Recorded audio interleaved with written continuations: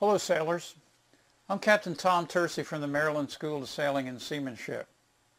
In this age of digital electronics, where everything is readily available at your fingertips all of the time, we need to be aware of the dangers of over-reliance on these devices and the troubles they can lead you into. One problem with digital screens is the limited perspective and limited detail they offer at various zoom levels. Even on the fairly large screens available for onboard use, about 12 inches, you only have a limited view of your sailing area. Zooming in reduces the area further. Zooming out reduces the detail shown on the screen. So there's no perfect zoom setting, and the unsuspecting navigator can be surprised at the wrong time. This was the case with Vestas, the very sophisticated around-the-world racer that ran up onto a shoal in the Indian Ocean. They were depending entirely on the electronic chart plotters and lost perspective and detail of where the hazards were. The result was disaster. Same thing happened to an acquaintance of mine who ran up onto the rocks and lost his boat at the east end of the C&D Canal where it joins Delaware Bay. It also happened to this sailboat that ended up on the rocks at Current Cut in the U.S. Virgin Islands. So paper navigation charts continue to be an essential part of prudent navigation, even in this age of super electronics. It's vital to study the paper charts and references as part of your advanced planning to be familiar with the big picture and also much of the small detail. First, plot your intended course on the paper charts, being ever mindful of the optimum routes, depths, and hazards. Then select your waypoints from the paper charts and program these into your electronics. Then look up the nav aids, that is the buoys, in the light list to confirm the most recent configuration of the important nav aids. This is made possible since the online light list is maintained up to date more frequently than even the most recent paper charts. The U.S. Coast Guard Light List for U.S. waters can be purchased in printed book form and is published annually, or it can be downloaded directly from the NGA website. As I mentioned earlier, the downloaded light lists are updated frequently, so they give you the most recent information.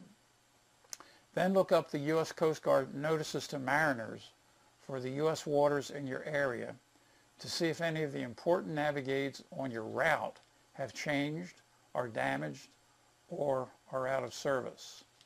These notices can be downloaded from the U.S. Coast Guard website, and new editions are issued every week. Let's take a look at the U.S. Coast Guard website. This link brings you to their light list volumes, and this map of the United States shows you the areas that are covered by the different volumes of the light list. So I'm going to select this Middle Atlantic states, and this will bring me to the light list volume 2, which you see is for New Jersey to South Carolina. And in here is an extensive description of the light list system and also the way the different buoys are marked and what they mean. So here's a colored picture of that. This is an example chart that you might see.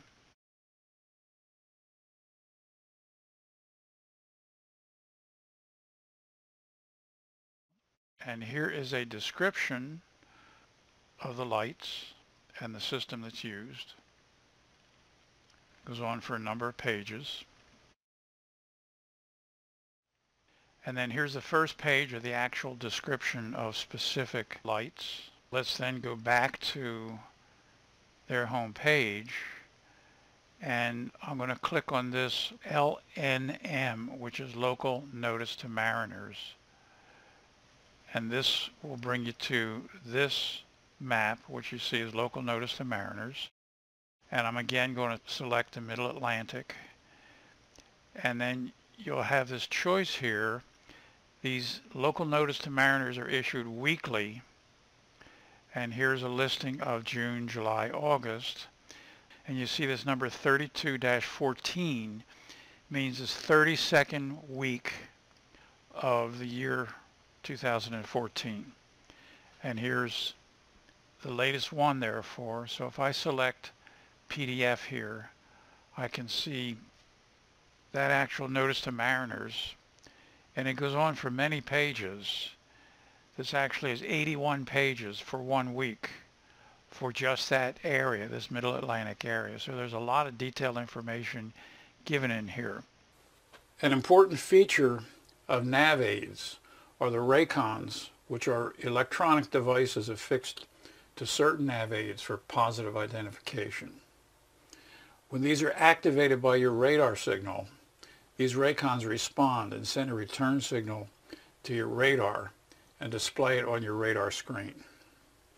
This gives you confirmation of the identity of that little blip showing on your radar screen and can be of vital importance to you in times of darkness or limited visibility. Here's an example of how you can use the paper charts, the light lists, and the notices to mariners as part of your navigation for nighttime transit. You're coming up Chesapeake Bay and you're planning to enter the Great Wicomico River on the west side of the bay, and you're about 10 miles south of that. You study the charts and you see that just east of the Wicomico entrance in the middle of the bay is a red buoy, number 62, and it has a Raycon on it.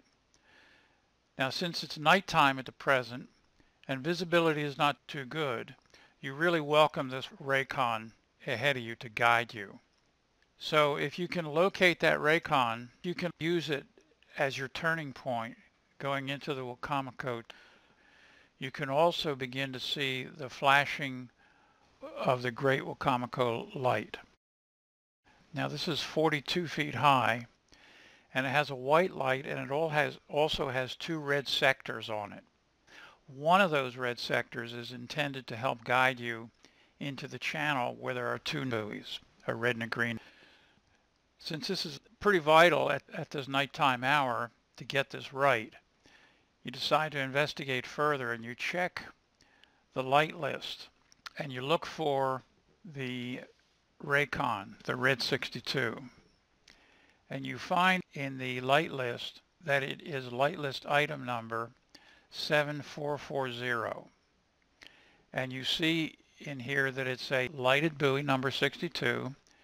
The light list gives the position of it, and you can confirm that with the chart and your location also. You see that it is a flashing red 4-second light with a visibility of 5 miles in clear weather. You may or may not be able to see that at 5 miles under present conditions. But you see that it does have a Raycon Y dot dash dash. But you also see that it's replaced by a nun buoy when endangered by ice. Now, since it's January, there's a distinct possibility that they have taken that buoy down. Further down the page on the light list, you also notice the Great Wicomico River light, number 7475. You see the position of it, that confirms. You also see the light characteristics. Now, it has a very involved light characteristic. It has a white light, which is flashing white, 6 seconds, 42 feet high, and that white light has a visibility range of 9 miles in clear visibility. The 2 red sectors have a 7-mile range, and it also bears a dayboard NR on a skeleton tower.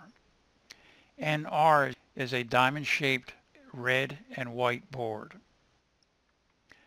The light list for that light also gives the true bearings of the sectors, of the red sectors on that light.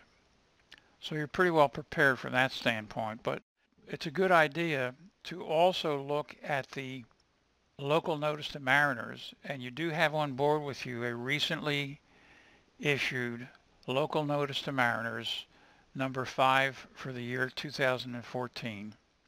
And you scan down this into the list which shows the discrepancies that may exist in the navigational aids.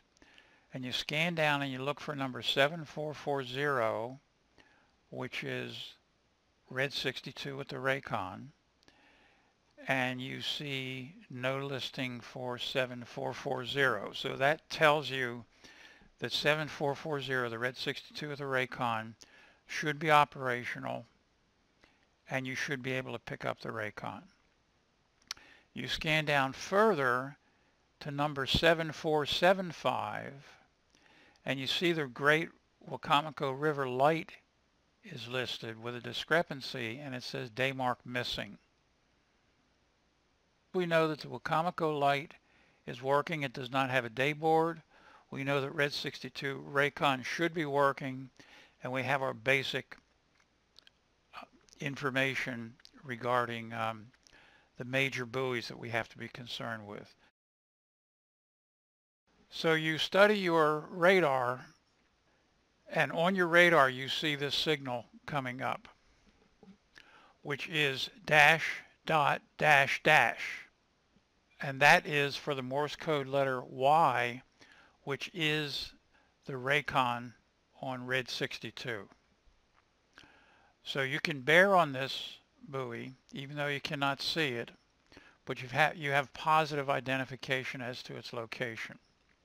Now let's look further in detail at Wicomico Light and take a look at the surrounding shoal areas, and notice that on your port side as you approach this, there's a shoal area, but you also notice that the red sector on the south side of that light covers the shoal.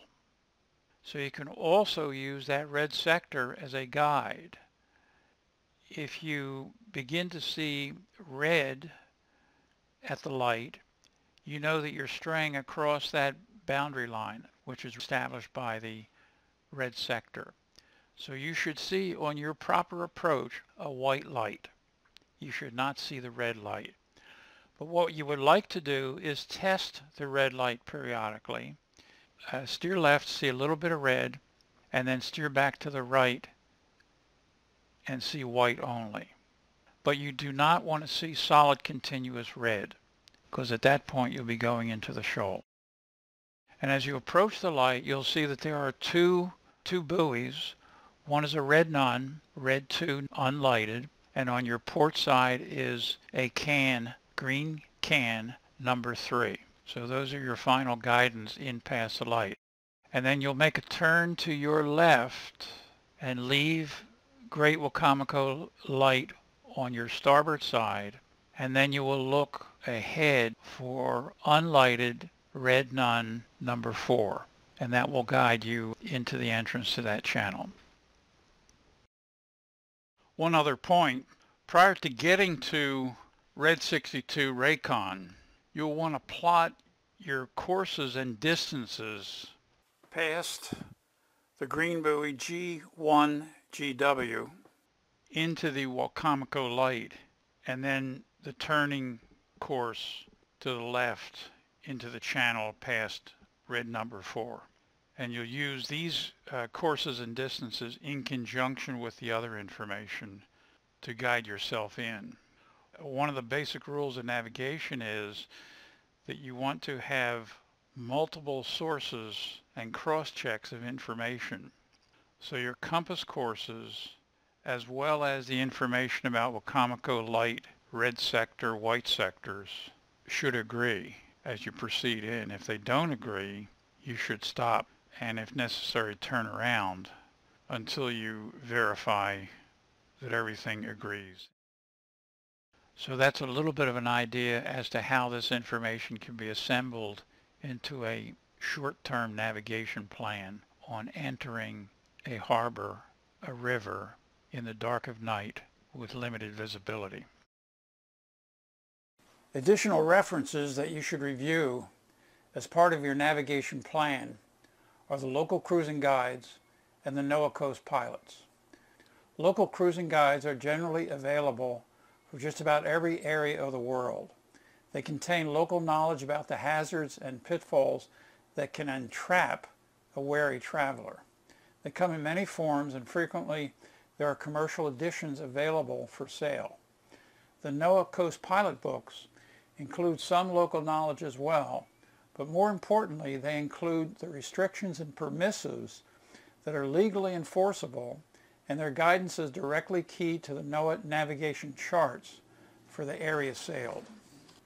Examples are the cautionary notes on NOAA chart 12225, just to the east of Red Buoy 62 with the Raycon. These notes, Prohibited Area 334.210 and Restricted Area 334.210, refer to paragraph numbers in the navigation regulations of NOAA Coast Pilot number 3. As you can see, this paragraph describes a military bombing range with serious potential danger to boaters, and the methods used by the military to warn away boaters who may stray into or near these areas. The first lesson of this for boaters and navigators is to be aware of the existence of these publications and to include them in your navigational planning. Look for cautionary notes on the paper charts such as danger, prohibited, restricted, caution, and so forth, and then look up the guidance in the applicable Coast Pilot book. One additional point: you need to be working with the latest edition of a NOAA chart and the latest edition of the Coast Pilot book for the paragraph numbers to agree. If either the chart or book is out of date, the paragraph numbers may not correlate. But the fact that you can download the latest edition of both the NOAA chart and the Coast Pilot means that you can plan your cruise in advance while you have access to the internet. And here are the URLs for these downloads. Well, thanks for joining me in this discussion of some basic navigation techniques, and have a great sailing day.